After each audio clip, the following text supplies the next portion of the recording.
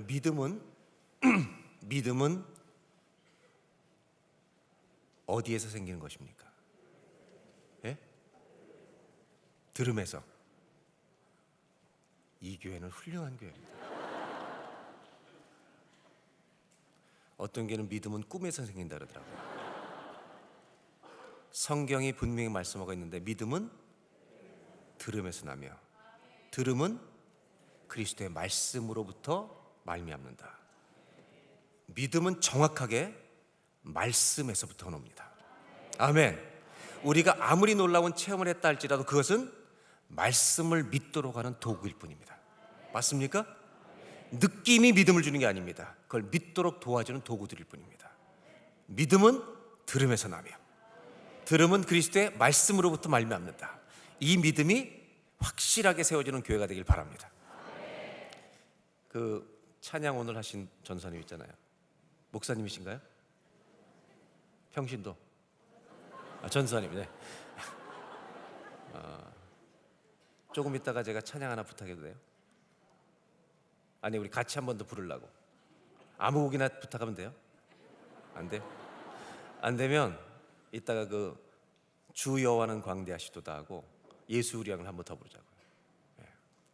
다른 곡 갑자기 드리면 또 당황하지 말고. 그래서 이 말씀은 덮어놓고 믿는 것이 아니라 펼쳐서 깨달을 때 능력이 될 줄로 믿습니다. 이 성경은 하나의 이야기입니다. 오늘 마지막으로 평생의 예배자라는 주제로 예배의 사람에 대한 얘기를 나누는데, 그 얘기를 하기 전에 주님이 누군지를 알아야 예배할 수 있습니다. 아무나 예배하지 마시길 바라요. 주님만을 예배하시길 바랍니다. 저는 호산나 교회 와서요, 첫날도 말씀드렸지만 6.25 사변 후에 가장 큰 박수를 받았어요. 그런데 이 모든 박수는요, 주님이 받으셔야 할 줄로 믿습니다. 성경은 하나의 이야기입니다. 하나님이 이 세상을 창조하시고 타락한 인간을 구속하신다는 하나의 이야기입니다. 그래서 구약학자 중에 아주 기가 막힌 책을 쓴 사람이 있습니다.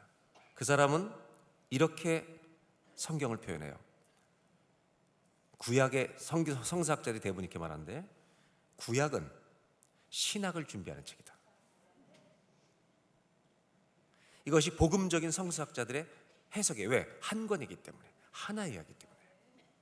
근데 어떻게 표현했냐면 구약을 1000년으로 표현합니다. 구약이라고 하는 기나긴 이 역사는 이 수없이 이어지는 창세기부터 말라기까지 역사적으로 몇 년인지 측정할 수는 없습니다, 우리가. 그러나 이것을 1000년으로 표현해요. 그 오랜 세월의 구약의 이야기는 단 하루를 위해 존재한다. 그래서 1000년과 하루라는 책을 써요. 그건 뭐냐면 구약의 수많은 1000년으로 상징된 이야기는 오직 하루, 예수님이 십자가에 돌아가신 그 날을 위해 준비한 날들이라고 말합니다. 구약은 오실 예수님을 준비한 책입니다. 그리고 예수님이 오셔서 구약에서 상징적으로 보여주던 모든 그림자처럼 표현됐던 예수 그리스도를 완전히 드러내시고, 그분이 우리의 메시아가 되셔서 우리를 위해 죽어주심으로 그를 믿는 자는 영원히 살리라. 이 구원을 선물로 주신 줄로 믿습니다. 그런데 먼저 예배를 다루기 전에 우리가 한번 정리하고 할 것은 뭐냐면, 구원이라고 하는 것은 내가 예수를 믿음으로 죄사함을 받고 천국에 가는 영생을 누린 것만이 구원이 아니라 이 땅에서 그 구원이 실제라는 것을 누리고 살아가도록 주신 것이 구원임을 우리가 알아야 한다는 것입니다. 이것을 믿어야 한다는 것입니다. 출애굽기라는 책은 구원자 하나님을 표현하는 책입니다. 애굽의 노예로 묶였던 사람들을 건져내신 이야기인데, 그래서 출애굽기는 1장부터 19장, 20장부터 40장으로 두 파트로 나눠집니다. 전반부는 무슨 얘기냐? 애굽의 노예에서 건져내신 구원자 하나님. 아멘. 전반부는 구원자 하나님이에요. 그리고 후반부는 뭐냐? 성막을 지으라고 말씀하신 또 다른 하나님을 표현해 주세요. 이 두 가지가 다 구원을 의미하고 있는 것인데, 먼저 앞부분을 말씀드리면, 구원을 우리가 이렇게 해야 합니다. 바로 왕의 노예로 이스라엘 백성들이 살 때는 아침부터 저녁까지 일과가 바로 왕의 명령에 의해서 움직입니다. 모세가 가서 이 백성을 자유케 하라 했더니 안 놔줍니다. 9번 재앙 내릴 때까지도 안 놔주다가 10번째 재앙, 유월절에 어린 양을, 그 유월절 사건이 있을 때 어린 양의 피를 문설주에 바르라고 하셨죠. 그때 하나님께서 피를 본즉 피를 바른 집안은 다 넘어가고, 그리고 피를 바르지 않은 모든 애굽의 가족들은 사람과 동물의 처음 난 것들 장자를 다 죽이시는 일을 행합니다. 이스라엘 백성들은요, 그것을 믿고 피를 바릅니다. 이것은 장차 오실 예수의 보혈을 상징합니다. 맞습니까? 예수의 보혈로 덮인 사람은 여러분 하나님의 심판과 진노 아래 살아날 줄로 믿습니다. 그 심판을 견디는 것은 예수 보혈의 은혜밖에 없습니다. 이것이 요한계시록입니다. 근데 생각해 보세요. 그 10번째 장자의 심판을 내렸을 때 바로 왕은 그들을 붙들 수가 없었습니다. 힘을 잃어버리고 나가라고 합니다. 이스라엘 백성들의 출애굽은요, 10번째 재앙이 왔을 때 임했고, 보혈의 은혜 아래 건짐받은 사람들은 전부 다 나옵니다. 이것이 구원입니다. 즉 바로왕의 권세에서 해방된 것이 구원이죠. 상징적으로 보여주는 겁니다. 구원은 죄의 권세에서 벗어나는 것입니다. 아직도 죄성이 있지만 이 죄의 권세에서 우리 주님이 건져내셨다는 것을 가르쳐 주시는 것이 구원이란 말입니다. 그런데 문제는 뭐냐면, 지금까지는 출애굽을 한 다음에 바로왕의 명령을 따라 일과를 움직였습니다. 근데 광야로 나왔는데 누구 말을 듣고 살아야 합니까? 이게 질문이에요, 여러분. 애굽에서 탈출한 다음에 누가 왕이 된 것입니까? 오늘 뭐를 하죠? 약속의 땅으로 나가야 되는데 누구 말을 따라 움직이는 것이 여러분 구원받은 자의 삶입니까? 네, 한 번만 따라 하실까요? 구원은 왕이 바뀌는 것입니다. 구원은 내 인생의 왕이 바뀌는 겁니다. 애굽에서 건짐받았던 구원 사건은 건짐받은 것만으로 끝나는 게 아니라 내 인생의 왕이 주님이 되신 것이 구원인 줄로 믿습니다. 물론 우리는 혼돈을 해요. 왕이 바뀌었음에도 불구하고 다른 것에 이끌릴 때도 있습니다. 그러나 실망하지 마십시오. 우리는 넘어져도 다시 일어날 것입니다. 실패해도 다시 일어날 것입니다. 그래서 기독교인의 승리는 완전함이 아니라 방향입니다. 주님께로 다시 가는 겁니다. 아멘. 저와 여러분 넘어져도 실망하지 말고 다시 일어나 주님께로 가는 저와 여러분 되시길 바랍니다. 한 번만 더 따라 하실까요? 구원은 왕이 바뀌는 것입니다. 여러분은 왕이 바뀌셨습니까? 제가 볼 때 아내가 왕인 분도 있어요. 어떤 분에겐 자녀가 왕이에요. 예배는 주님이 왕이심을 회복하는 시간입니다. 오늘 밤에 주님만을 왕으로 모시는 온전한 회복들이 일어나기를 주의 이름으로 축복합니다. 출애굽기의 두 번째 파트는 뭐냐? 성막을 지라고 말씀하세요. 이것이 구원의 또 하나의 모습입니다. 성막을 지으러 가신 목적은 이렇게 말씀하세요. 출애굽기 29장에 내가 애굽에서 너희를 건져낸 것은 너희 중에 거하기 위하여, 너희 중에 거하기 위하여 인도했다고 말씀하십니다. 구원은 건짐을 받은 것만이 아니라 주님이 내 안에 들어와 함께 사시는 것입니다. 이 삶이 이어지기를 주의 이름으로 축복합니다. 남자분들한테 질문해 볼게요. 혹시 결혼한 걸 잊어버리신 적이 있습니까? 어제 아내가 무섭다고 하는 분들 얘기해 봐요. 결혼한 걸 잊어버린 적 있어요? 거짓말하고 잘못했다가 미안해 여보, 나 결혼한 걸 잊어버렸어. 비겁한 일입니다. 우리는 약해서 넘어질 때가 있습니다. 완전하지 못하다 할지라도 우리는 다시 일어나서 주님을 향해 걸어가는 성도가 되시길 바랍니다. 주님은 이런 놀라운 분이시기 때문에 우리를 끝까지 붙들고요, 절대로 세상의 어느 누구에도 빼앗기지 않으실 줄로 믿습니다. 그 구원의 약속은 여러분 견인이라고 하시잖아요.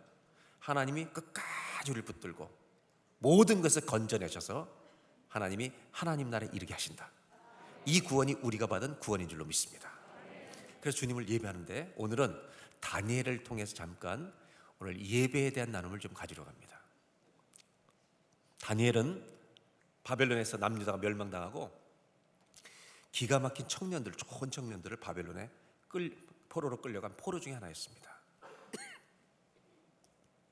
그리고 바벨론이 멸망당하고 오늘 이 성경의 부분은 메대와 바사, 세계사 시간에 배운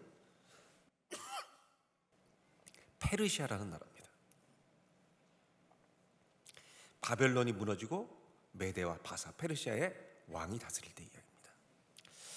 그런데 이 넓은 나라에 이방인인 다리오를 왕이 한 지역을 맡은 총리로 큰 직위를 준 것입니다.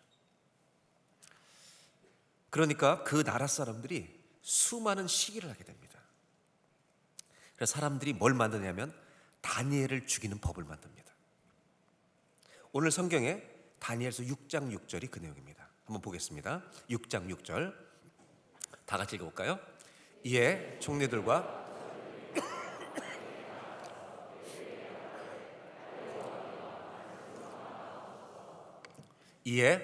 그 다음 다니엘이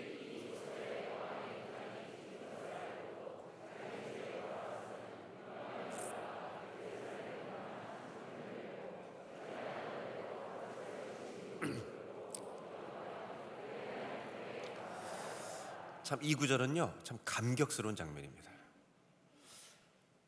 다니엘을 시기하던 왕의 신하들이 와서 왕이여 만수무강하옵소서 한 다음에 읽어드리지 않았지만 오늘 읽은 본문인데 이렇게 요구합니다. 뭐를 부탁하냐면 한 헌법을 제정해 달라는 것입니다. 30일이나 한 달을 정해서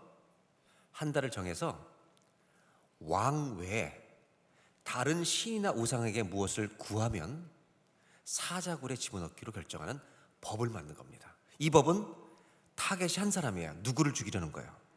다니엘 죽이기 법을 만드는 겁니다. 그런데 이 다리오 왕은 다니엘을 아끼는 왕이었는데 기분이 좋아진 겁니다. 왜냐하면 자기를 신격화하는 거예요. 사람은요 칭찬해줘서 싫어하는 사람 하나도 없고요.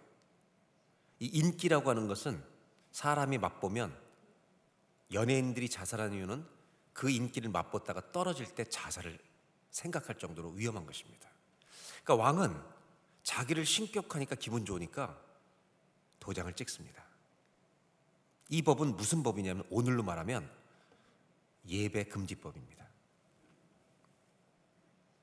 기도하지 말라는 기도 금지법입니다.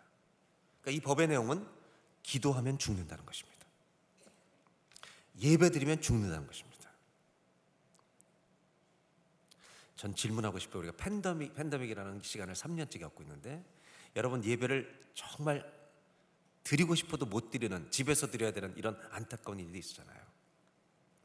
지금 기도와 예배 금지법이 발표됐는데 여러분 이럴 때 예배해야 됩니까? 말아야 됩니까? 기도해야 됩니까? 말아야 됩니까? 할렐루야. 예배는 멈출 수 없는 것입니다. 다니엘은 어떻게 했는가?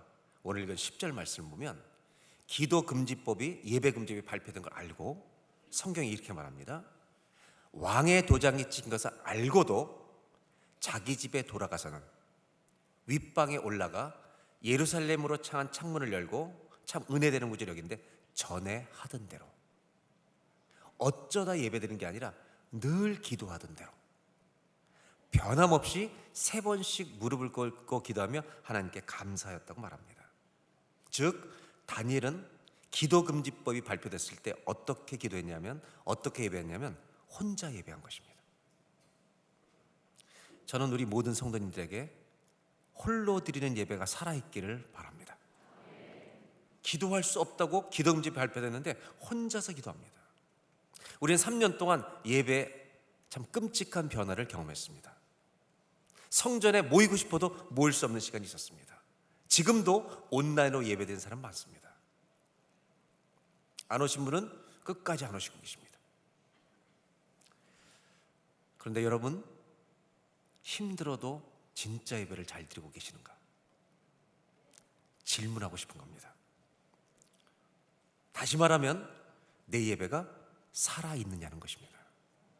여러분 팬데믹 기간에 예배가 죽어 있습니까? 살아 있습니까?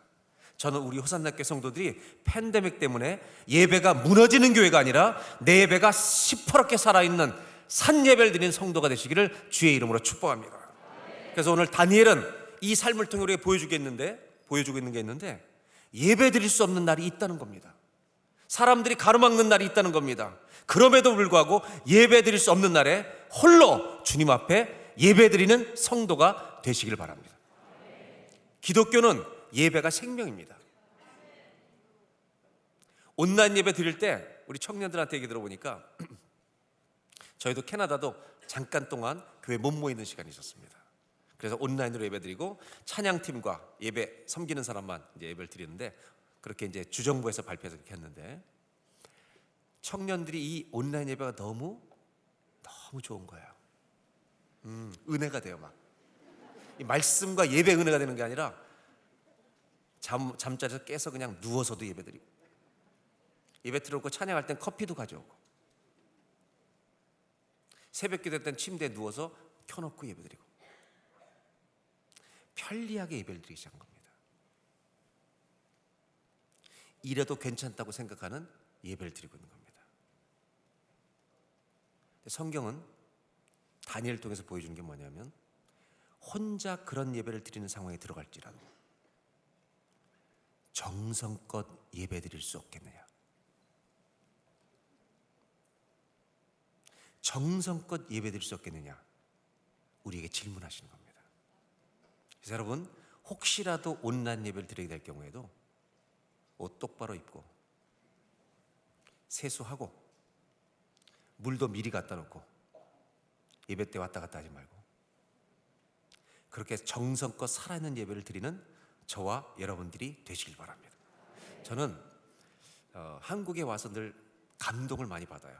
한 번은 평택에 있는 교회를 방문했습니다. 제 후배 목사님인데 개척해서 19년이 됐어요.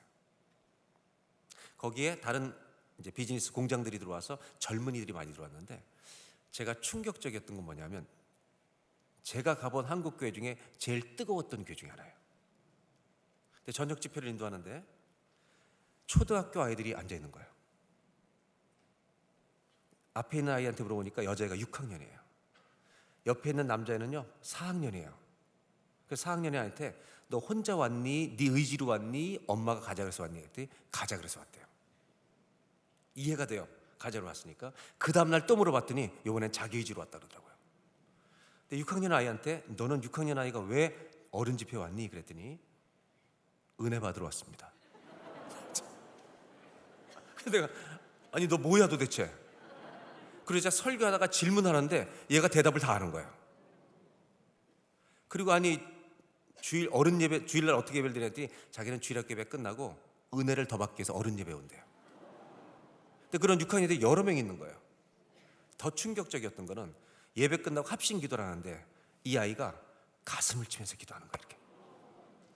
저는요 눈물이 나서 기도할 수가 없었어요. 그럼 뭐라고 기도했는지 아세요? 저런 영성을 저한테도 달라고 기도했어요. 나이의 문제가 아니에요. 예배는 나이의 문제가 아니에요. 교회를 몇십 년 다닌다의 문제도 아니에요. 직분의 문제도 아니에요. 내 마음이에요. 우리의 마음. 다니엘은 기도 금지법이 발표됐어요. 죽을 거 알았어요. 그런데 홀로 예배하는 거예요.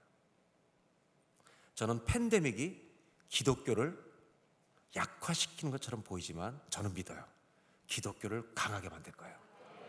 여러분의 믿음을 해이하게 만드는 것처럼 지금은 보이지만 하나님께서 우리 믿음을 무장시켜서 팬데믹 때문에 더 강건한, 더 영적으로 승리하는 믿음으로 무장시키는 하나님의 역전의 드라마가 있기를 바랍니다.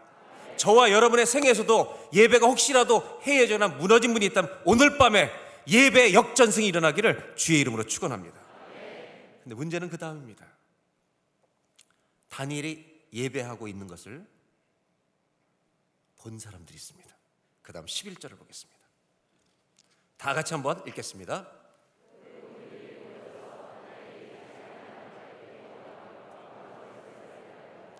여러분, 이 무리들은 누구냐면 다니엘을 시기했던 사람들이에요. 이 법을 제정하자고 갔던 사람들입니다. 다니엘을 위해서 함정을 파는 겁니다. 그런데 다니엘 얼마나 고맙겠어요. 함정 판 대로 늘 기도하던 자로 기도하는 겁니다.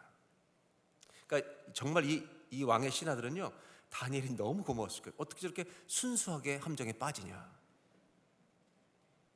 11절을 다시 제가 읽어드릴게요. 그 무리들이 모여서 다니엘이 자기 하나님 앞에 기도하며 간구하는 것을 어떻게 했다고요? 요걸 기다리고 있었던 겁니다. 저놈을 죽이려고. 이방인이 총리가 됐으니까. 그리고 이걸 보고 왕에게 달려갑니다. 근데 다리오 왕은 다니엘을 아꼈어요. 가서 뭐라고 얘기하냐면, 다 같이 한번 읽겠습니다. 12절 시작.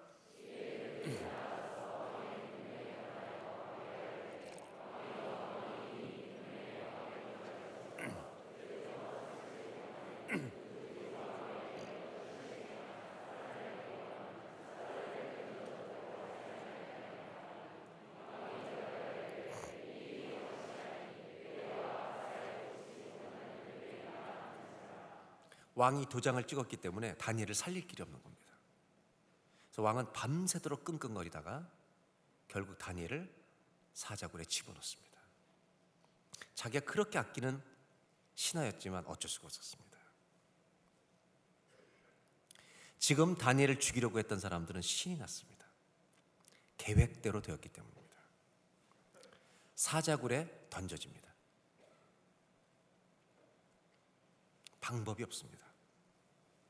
저는 오늘 여러분들에게 한 가지 질문을 드릴 텐데 이 답을 맞힐 거라고 확신합니다. 11절을 다시 보겠습니다. 한 번만 큰 목소리 읽겠습니다. 시작.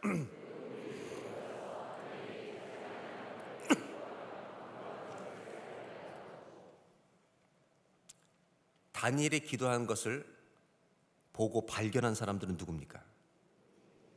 신하들이죠. 신하들. 왕의 신하들, 다니엘을 시기했던 신하들이 다니엘이 요거를 기도하는 것을 기다리고 있다가 딱 잡았습니다. 제 질문은 이것입니다. 신하들 말고 기도 금지법과 예배 금지법이 발표된 상황에서 다니엘이 기도하는 것을 본 분이 또 한 분 있습니다. 저는 그분이 누군지를 조금 이따 대답하세요. 성급하게 대답하지 말고.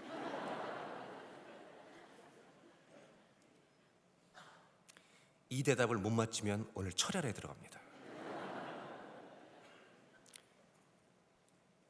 이 시간에 다니엘을 죽이려고 하는 사람들이 발견했을 뿐만 아니라 기도 금지법이 발표됐는데도 불구하고 집에 홀로 앉아 창문을 열고 늘 하던 대로 3번 주 앞에 기도했던 다니엘을 보신 분이 누굽니까? 누구라고요? 하나님이 이 사람을 보실 때 얼마나 감동하셨을까 저는 생각합니다. 저는 팬데믹 시대 때 저와 여러분들이 이런 다니엘처럼 예배하는 사람이 되기를 바랍니다. 주님이 감격하시지 않았겠습니까? 네가 이 상황에서도 나를 예배하는구나.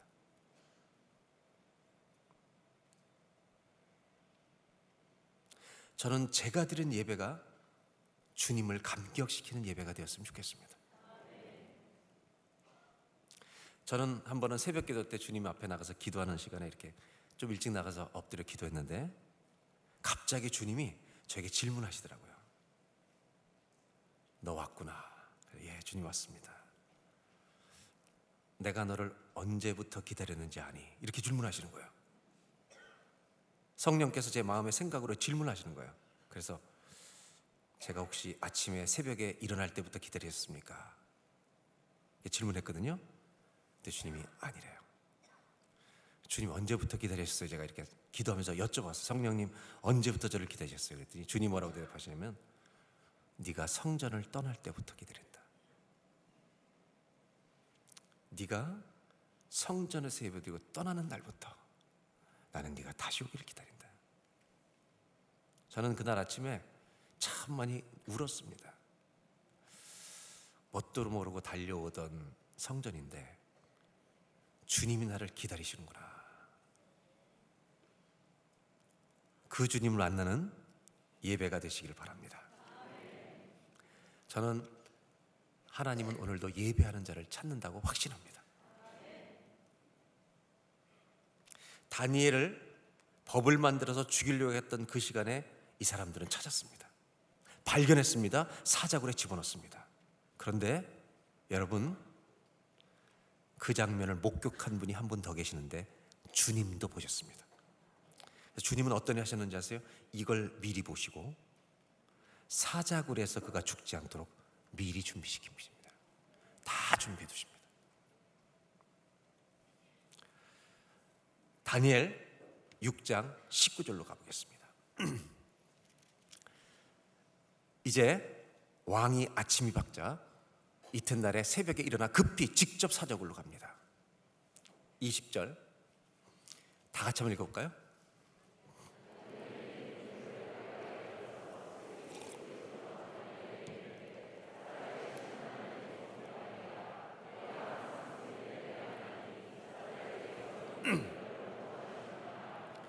왕이 궁금해 죽어요.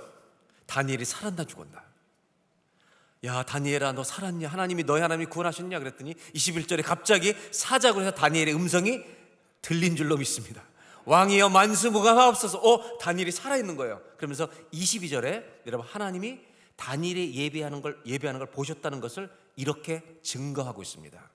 나의 하나님이 이미 그의 천사를 보내어 사자들의 입을 봉하셨으므로 사자들이 나를 상해하지 못하였사오니 이는 나의 무죄함이 그 앞에 명백함이오며 또 왕이여 나는 왕에게도 해를 끼치지 아니하였나이다. 천사를 미리 보내서 사자 입을 봉하신 이유는 뭐냐? 다니엘이 예배하는 걸 주님은 보고 계셨기 때문에, 그가 사자굴에 들어갈 걸 알고 계셨기 때문에 거기를 미리 막으신 하나님의 간섭과 역사가 자기 생에 일어난 것입니다. 저는 살고 죽는 문제가 아니라 이렇게 예배를 드리는 성도가 되고 싶은 것입니다. 한 번만 따라 하실까요? 하나님은 예배할 수 없는 날에 나의 예배를 기다리고 계십니다. 오늘 성전을 떠나면서 잊지 마세요. 주님은 우리를 언제부터 기다리신다고요? 오늘 예배 끝나고 떠나는 때부터 제가 언제 오나, 김 집사 언제 또 오나. 그래서 들어오셔서 앉아서 뭐라고 기도하면, 주님 보고 싶으셨습니까? 저도 보고 싶었습니다. 이렇게 주님과 살아있는 예배를 드리는 저와 여러분 되시길 바랍니다. 오늘 제가 이제 나누려고 하는 결론에 도달하고 있습니다.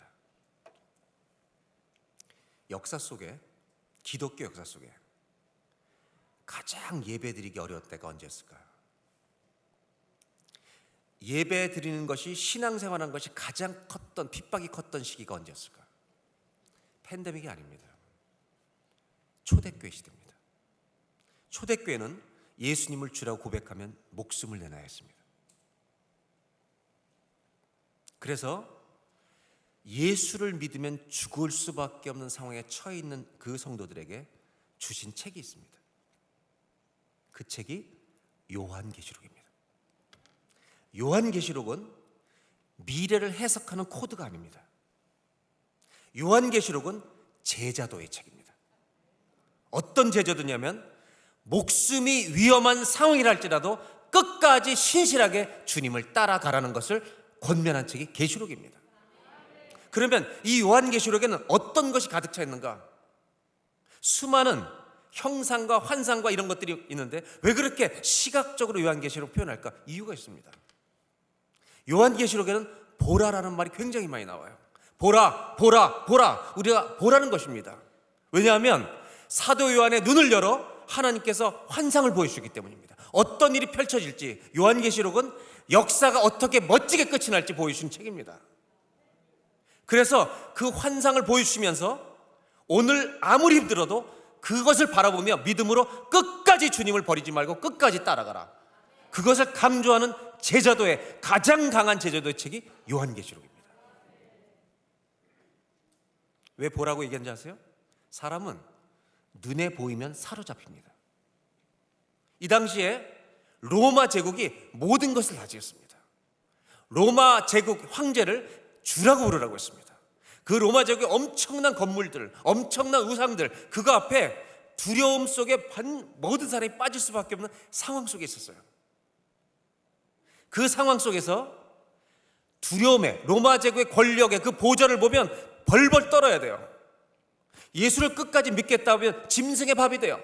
성도가 죽는 것을 목격해요. 사자가 물어뜯고 몸이 찢기는 것을 목격하면서 예수를 믿을까 말까 하는 이 위협을 주는 이 공간 속에 하나님은 보라, 하나님의 하늘나라의 환상을 보여주시면서 믿음을 끝까지 지키게 하셨는데 뭘 보여주셨는지 아세요? 요한계시록의 가장 중요한 단어 중에 하나가 보좌라고 하는 것입니다. 로마 황제가 앉아있는 보좌에 두려워하지 말고 하늘나라 천상에 온 땅을 다스리시는 하나님의 그 보좌에 누가 앉아 계시나 보라는 것입니다. 그것을 보고 이 세상을 이기라는 것입니다. 이것이 요한계시록인데, 요한계시록의 앞부분은 1장 2장은 7교회 나옵니다. 7교회 얘기 중에 마지막 교회가 우리가 잘 알고 있는 라오디게아 교회입니다. 뭐라고 말씀하시냐면 차지도 않고 뜨겁지도 않으면 내가 너희를 뱉어버리리라. 그러면서 우리가 잘 아는 말씀이 나오는데 요한계시록 3장 20절 볼지어다 내가 문 밖에 서서 어떻게 한다고요? 이 두드린다는 말이 사람들이요 노크하는 줄 알아요. 노크하시는 게 아닙니다. 꽝 두드리시는 거예요. 너희 교회 안에 예수가 없다는 거예요. 문을 열어라. 내가 너희 안에 들어가겠다는 겁니다. 그리고 요한계시록 3장 20절에 문을 열면 내가 그에게로 들어가 그로 더불어 먹고 그는 나로 더불어 먹으리라. 문을 열라는 것입니다. 할렐루야. 오늘 문을 여시길 바랍니다. 다른 것을 왕으로 삼았던 거 다 내려놓고 주님을 왕으로 모시길 바랍니다. 그 요한계시록 3장 20절은 문을 열면 4장이 펼쳐집니다. 그런데 여러분 4장에 뭐를 보여주는지 아세요? 문을 열었을 때 하나님은 천국의 커튼을 여십니다. 그리고 하늘나라에서 24시간 어떤 예배가 펼쳐진 천상의 예배를 보여줍니다. 이걸 보여주시는 이유를 이거 뭔지 아세요? 우리가 드리고 있는 이 주일 예배가 천상에서 똑같이 드려지고 있는 것을 알게 하시는 겁니다. 아멘. 그래서 여러분 우리가 예배는 언제 시작하는 거냐면 오늘 밤 몇 시에 시작했죠? 7시에 예배가 시작된 게 아니라 예배는 7시에 우리는 여기서 시작하는 것처럼 보이지만 1년 내내 매일 24시간 예배드리는 천상의 예배에 우리가 참여하는 것이 되는 겁니다. 이것이 천국의 예배입니다. 여러분 예배는 미래와 현재를 연결시키는 놀라운 시간입니다. 할렐루야. 우리가 예배를 시작하는 그 시간 어떤 일이 나냐면 천상에서 예배드리는 그 예배에 우리가 동참하는 것을 알려주시는 것입니다. 천상의 커튼을 여시고 천국의 예배를 보여주시는 이유는 뭐냐? 이 일이 천상에서 지금 펼쳐지고 있다. 오늘 우리는 그 예배에 동참하는 것이다. 4장 1절 요한계시록 4장 1절 2절을 보겠습니다. 다 같이 한번 읽겠습니다. 시작.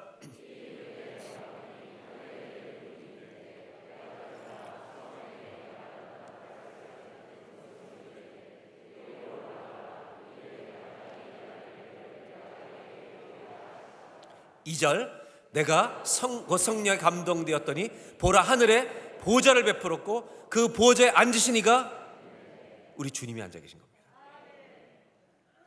세상에 압도당해서 로마의 권력에 압도당해서 두려워 떨고 있는 성도들에게 이 땅의 보좌보다 모든 것을 다스리는 하늘나라의 보좌를 보여주심으로 말미암아 맞아 저분이 왕이시구나. 아멘. 저분이 왕이시구나. 이거를 보고 끝까지 내가 주님을 따라가리라. 이거를 열어준 책이 요한계시록이란 말입니다. 거기서 천상에서 예배드리는 장면을 보여주는 겁니다. 이게 비전 찬양이에요 여러분. 뭐라고 사람들이 모여서 예배하는가? 요한계시록 4장 9절입니다. 제가 읽어드릴게요. 거기에 모든 피조물을 상징하는 생물들이 다 모여서 생물들이 보좌에 앉으사 세세토록 살아계신 이에게 영광과 존귀와 감사를 돌릴 때 10절 24장로들 모든 12 구약의 12지파, 신약의 12제자를 상징하는 모든 성도들 상징하는 24장로들, 모든 이 하나님 믿는 백성들을 상징하는 24장로들이 보좌에 앉으신 이 앞에 엎드리고요, 그 우리 하나님과 예수 그리스도 어린 양 예수 앞에 엎드리고 세세토록 살아계신 이에게 경배하고자 자기들에게 주셨던 믿음의 상급의 면류관을 전부 다 주님 앞에 내어드리는 겁니다.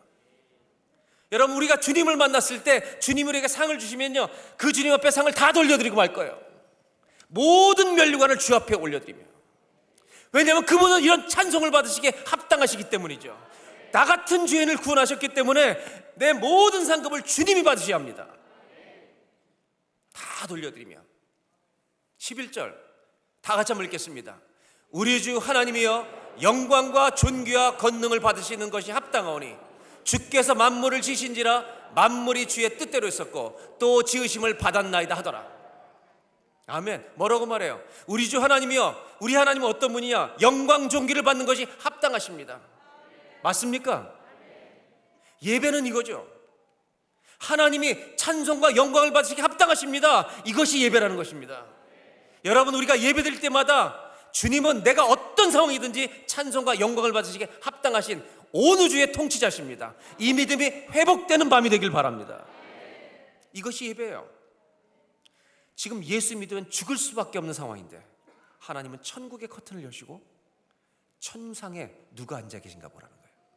로마 제국의 황제의 그 보좌가 아니라 하늘나라 보좌에 온 우주를 통치하시는 그 자리에 어린 양 예수가 죽음으로써 승리하고 거기 앉아 계신다. 우리도 죽기까지 순종하면서 주님을 따라가자는 것입니다. 여러분, 이 예배가 살아있길 바라요. 예배 드리면서 하나님, 나는 목숨 다해 주를 섬길 것입니다.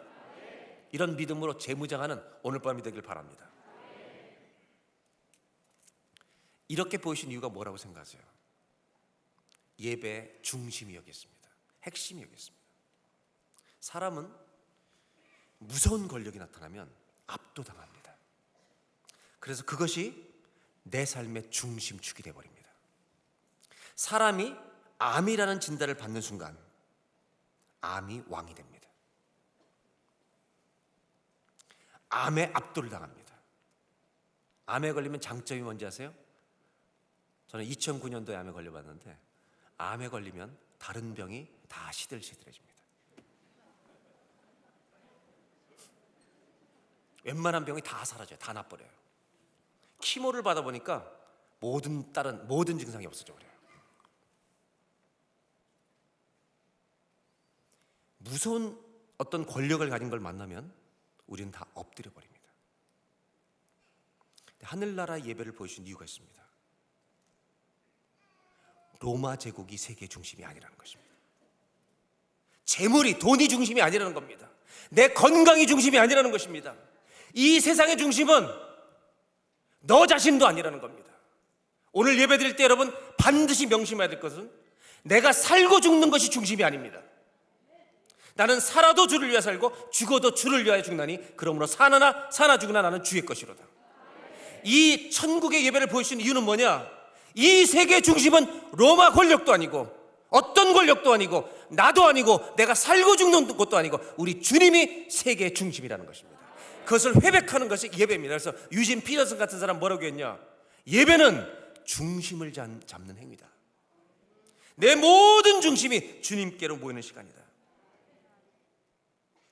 여러분, 예배 때 하늘 보좌에 앉으신 주님 보여지는 예배가 되기를 바랍니다. 오늘 눈이 열려서 주님이 하늘 보좌에 앉아 우리 가정을 통치하고 계십니다. 그 모든 주님의 다스림 앞에 내 모든 문제는 다 여러분 가라앉고 평정되고 다스림을 받는 풍랑이여 잔잔할지어다. 주님을 찬양할 때 내 모든 병마가 주인이었다가 다 종으로 내려오길 바랍니다. 아멘. 오늘 찬양하다가 병이 낫기를 바랍니다. 병이 안 나면 그 병은 축복의 도구로 쓰임받을지어다. 이런 역사들이 하나님의 이름을 높이다가 일어나길 바랍니다. 예배는 무엇입니까? 중심축을 잡는 거예요. 다른 것이 중심축이 되어 모든 사람들이 수많은 문제들이 다 가라앉고 주님이 나의 중심이십니다. 예배 안 드리면 어떤 일이 일어나지 않으세요? 예배 안 드려보세요. 한 달만 영혼이 피폐해집니다. 다른 것들이 얼마나 많이 내 인생의 중심이 될지 모릅니다. 주님만이 저와 여러분의 예배 중심이 되기를 바랍니다. 오늘 예배 드릴 때 천국의 커튼을 열어주셔서 여러분 계시록이 글자가 아니라 환상으로 보여지는 은혜가 있기를 바랍니다. 할렐루야, 아멘. 그때 요한계시록 5장에 보면 이런 고백이 터집니다. 5장 11절입니다. 내가 또 보고 들음에 보좌와 생물들과 장로들을 둘러선 많은 천사의 음성이 있으니 그 수가 만만이여. 정말 수많은 백성들이 보는 겁니다. 저는 이 날을 고대합니다. 정말 주님이 다시 오신 날 온 세계 백성들이 방언으로 주님을 찬양하게 되는데, 할렐루야. 제가 구약학자와 저와 이런 얘기를 한 적이 있어요. 저한테 질문하더라고요. 목사님, 주님이 다시 오시면 천국에 가면 어느 나라 언어로 찬양할 것 같습니까? 제가 한 언어를 주지 않을까 그랬더니 자기는 모든 나라 언어를 말하는데 다 알아들을 것 같대요. 그게 더 좋은 것 같은데. 자, 12절 13절인데 여러분, 우리가 주님을 보는 순간 어떤 고백이 터지냐면 이런 고백이 터지는 겁니다. 큰 음성으로 이르되 죽임을 당하신 어린 양은 능력과 부와 지혜와 힘과 존귀와 영광과 찬송을 7가지를, 다시 능력과 부와 지혜와 힘과 존귀와 영광과 찬송을 받으시기에 합당하도다 하더라. 13절 내가 또 들으니 하늘 위에와 땅 위에와 땅 아래와 바다 위에와 또 그 가운데 모든 피조물이 이르되 보좌에 앉으신 이와 어린 양에게 찬송과 존귀와 영광과 권능을 세세토록 돌릴지어다. 이게 예배라는 겁니다. 우리는 예배드리면서 수없이 내 머릿속에 내일이 잘 돼야지, 내가 중심이고 내가 사는 것이고 내 병이 낫는 것인데, 예배는 그게 아니라는 거예요. 내가 죽어가는 병에 걸렸을지라도 이 세계의 중심은 하나님이십니다. 당신은 내가 죽어갈지라도 찬송과 영광과 존귀를 받으시기에 합당하십니다. 이렇게 두 손 들고 예배하는 게 진짜 예배라는 것입니다. 저는 이 예배가 회복되는 재단이 되길 바랍니다. 뭐가 대각성이에요? 주님을 똑바로 하는 거죠. 저는 11절 12절 13절을 다시 한번 보겠습니다. 내가 또 보고 들음에 보좌와 생물들과 장로들을 둘러선 많은 천사의 음성이 있으니 그 수가 만만이여 천천이라. 이제 12절 13절을 읽을 텐데 그냥 읽지 않겠습니다. 이렇게 순서를 따라갈 테니까 한번 틀리지 말고 잘 하시기 바랍니다. 12절 13절을 읽는데 내가 세상에서 태어나서 가장 큰 목소리로 읽는 것입니다. 주님이 들으시도록. 물론 작게도 들리지만 남편을 야단칠 때 목소리 있죠, 아줌마들은. 근데 그 목소리의 톤에다가 화는 내지 말고 기쁨으로. 두 번째, 병든 사람들은 믿음으로.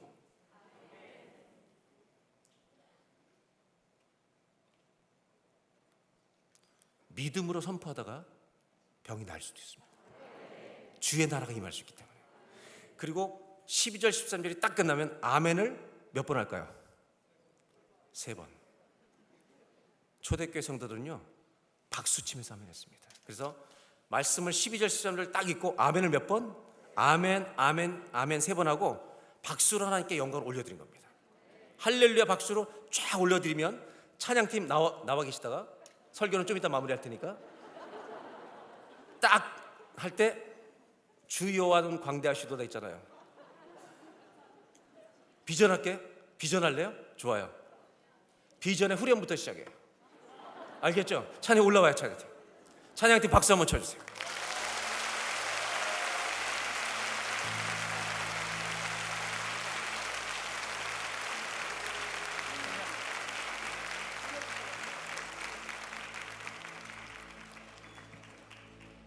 예배는 뭐냐면 몸이 오는 게 아니에요. 몸 만나서 앉아있는 게 아니에요. 가정에서 온라인으로 예배를 드리든지 현장에서 예배를 드리든지 아무리 전염병이 있어도 예배를 드리든지 어느 곳에 예배를 드리든지 내가 어떤 정말 죽어가는 상황이 있더라도 주님은 찬송과 존귀와 영광을 받으시기에 영원토록 합당하십니다. 그렇게 예배 드릴 때 병도 이기는 거 아니겠습니까? 고난도 이기는 거 아니겠어요? 문제들을 이기는 거 아니겠어요? 12절 13절을 가장 큰 목소리로 읽고 아멘 3번 할렐루야 박수를 쫙 치는 겁니다. 아멘. 그리고 찬양을 함께 부르는 겁니다. 12절 13절 준비되셨어요? 내 인생의 가장 큰 목소리로 시작.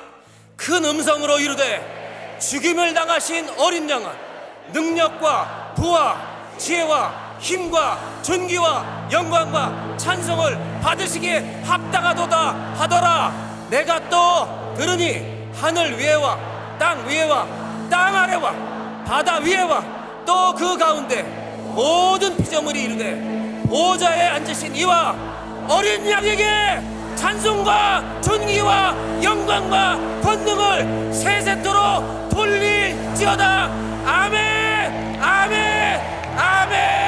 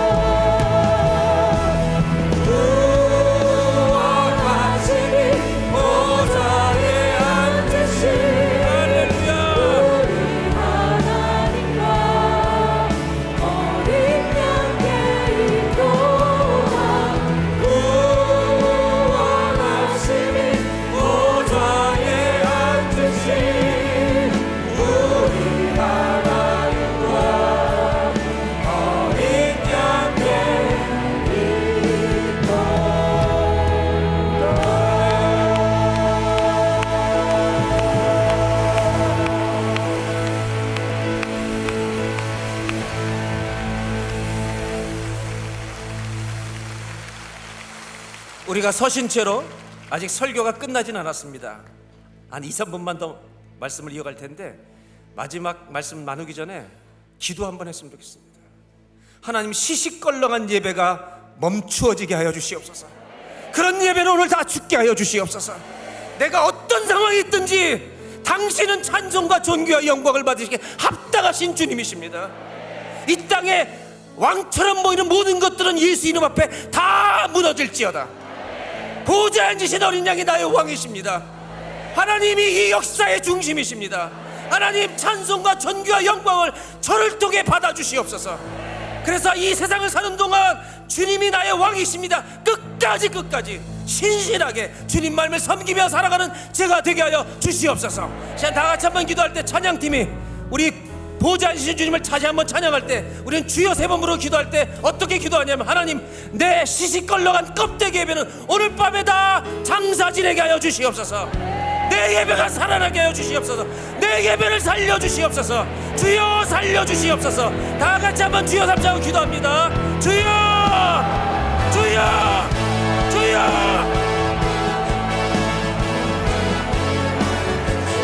거짓 예배가 죽게 하여 주시옵소서. 형식의 예배가 다 무너지게 하여 주시옵소서.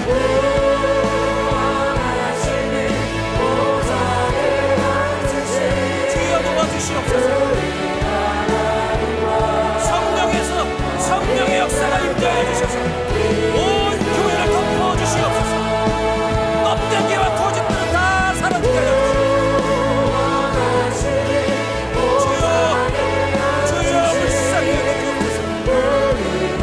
주님만이 말하여 하시옵소서. 당신 찬송과 존귀와 영광을 받으시옵소서. 합당하십니다. 세세토록 하나님께만 찬송과 영광을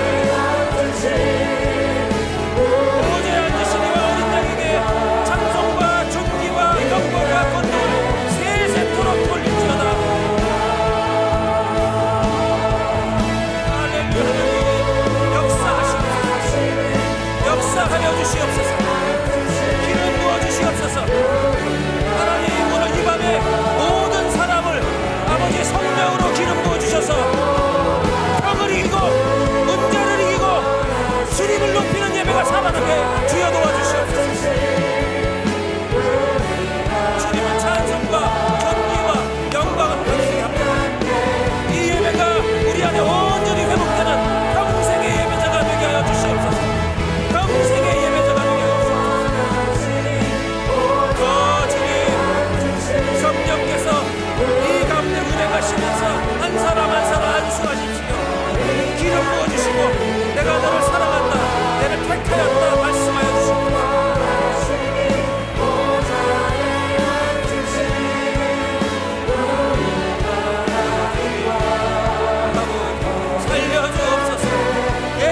살려주옵소서. 내 예배를 살려주옵소서.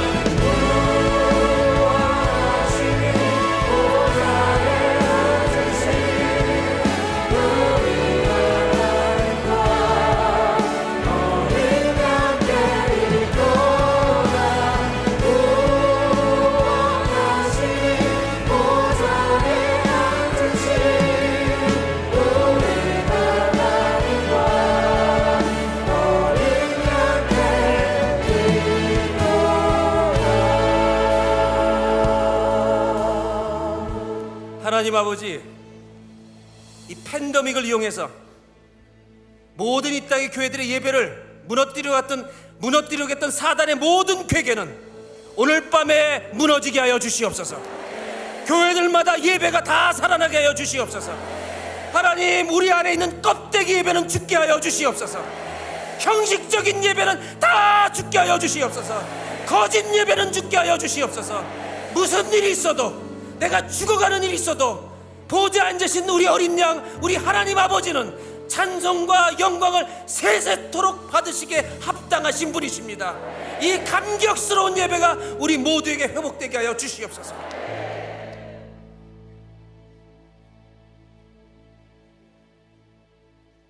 우리 주 하나님이여, 영광과 존귀와 권능을 받으시는 것이 당신은 너무나 합당하십니다. 보좌에 앉으신 이와 어린 양에게 찬송과 존귀와 영광과 권능을 세세토록 돌릴지어다. 이렇게 평생토록 예배하는 이 제단이 되게 하여 주옵소서. 하나님께 감사와 찬송과 영광의 박수를 올려드리며 정말 주님 잔치 찬양 받으시 합당하십니다.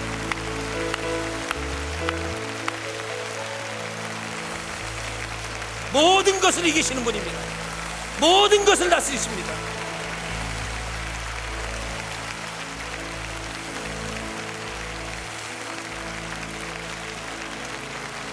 할렐루야, 할렐루야, 할렐루야, 할렐루야. 주님 높임을 받으시옵소서.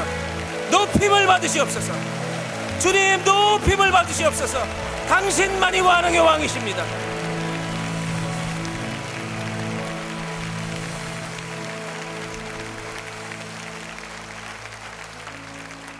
하나님, 호산나 교회 예배가 주님 오시는 날까지 이런 살아있는 예배가 평생토록 드려지게 하여 주시옵소서. 우리 주 예수님의 이름으로 기도합니다. 할렐루야. 우리 다 박수 올려드리고 자리에 앉으시기 바랍니다.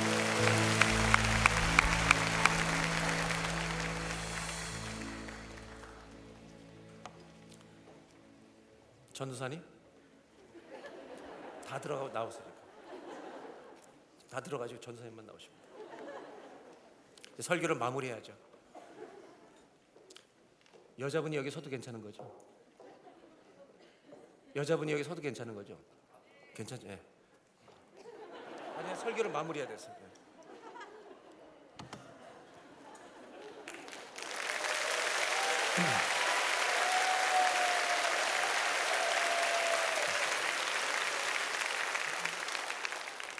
예배란 무엇인가? 마무리를 하려고 합니다. 제가 부탁드리는 것은 비실비실한 예배 더 이상 드리지 말라는 겁니다. 내가 죽어갈지라도 내가 중심이 아닙니다. 주님이 중심이십니다. 그분이 보좌에 앉아 계십니다. 예배는 뭐냐면, 우리 전사님 보니까 제가 왜 나오시라냐면 얼굴이 너무 환해요. 네. 주님을 사랑하시는 것 같아요. 아멘. 근데 봐요, 주님을 사랑하기 때문에 문제가 하나도 없죠. 집에 아무리 사랑해도 문제는 와요. 예수를 믿든지 안 믿든지 똑같은 비율로 교통사고가 일어나요. 예배는 뭔가, 제가 조명을 좀 끄고 설명드리려고 합니다. 조명을 좀 꺼주시면 이분만 비춰주세요. 자, 전사님 저를 보세요. 여기 이분만. 예. 제가 여러분들에게 예배를 설명드리면 이겁니다. 예배는 뭐냐면, 전사님, 여러분들 죄송해요. 이 한 사람 한 사람이 다 전도사님 가지고 있는 문제예요, 다 이게. 근데 예배는 뭐냐면 주님만 바라보는 거예요. 그렇기 때문에 문제가 없는 게 아니라 여전히 있어요. 있는데 문제가 다스려지는 거예요. 문제가 다 있어요. 근데 예배는 뭐냐면 주님만 바라보는 거예요. 그러면 그 문제들이 주님의 통치 아래 들어가는 거예요. 한번 따라 하실게요. 예배는 주님만 바라보는 것입니다.